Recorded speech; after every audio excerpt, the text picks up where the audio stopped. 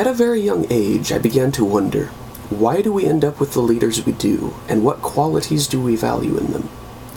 Of course, when I first began to have these thoughts, I was young enough that most high-profile leaders that I was taught about were portrayed as fair and just and honorable.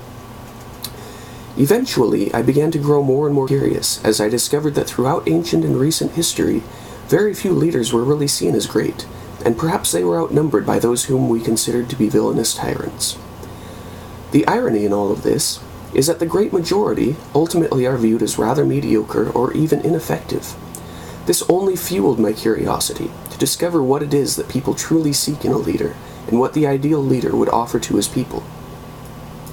To begin with, it seemed obvious to me that a leader's primary purpose was to see to the needs of his people, including their safety and livelihood.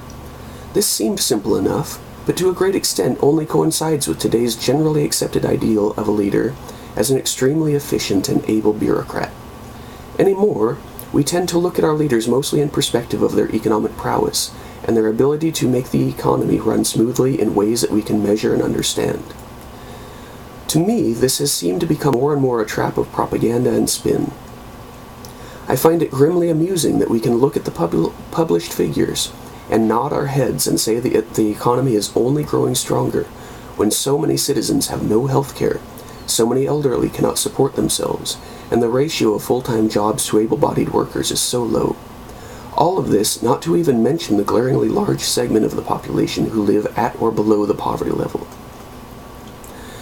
As I grew older, I tried to discern the other differences between the outstandingly good leaders and the notoriously bad leaders of history.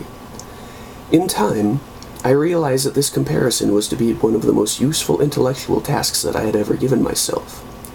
If we accept the basic concepts of fairness and justice as desirable, then looking beyond, we can profile those leaders who accomplished the most in their time. What we see is that the greatest of leaders possessed a rare vision and a desire to fulfill it. Many of them even avoided economic and bureaucratic details of their lands, allowing others to deal with the basic management of the people so that they might set their sights higher. These leaders accomplished much because they dreamed much. They saw new potential and they fought to fulfill it. These leaders often did things that many of their citizens did not understand or necessarily support.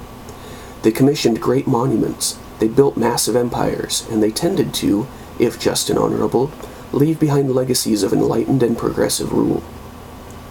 A great leader does not spend his time administering the edicts of those that came before them. A great leader looks at the past only as lessons, and spends their time building on what they have been given, pulling their people along with them. To lead is not to rule over others. Leading is not about power and the maintaining of power and position. True leadership is about bringing new ideas and possibilities to the people and bringing the people towards a better life and a better life for their children. A great leader does not tell you what to do, they show you what you are capable of. This is what separates a mediocre, unforgettable ruler from a great and memorable leader.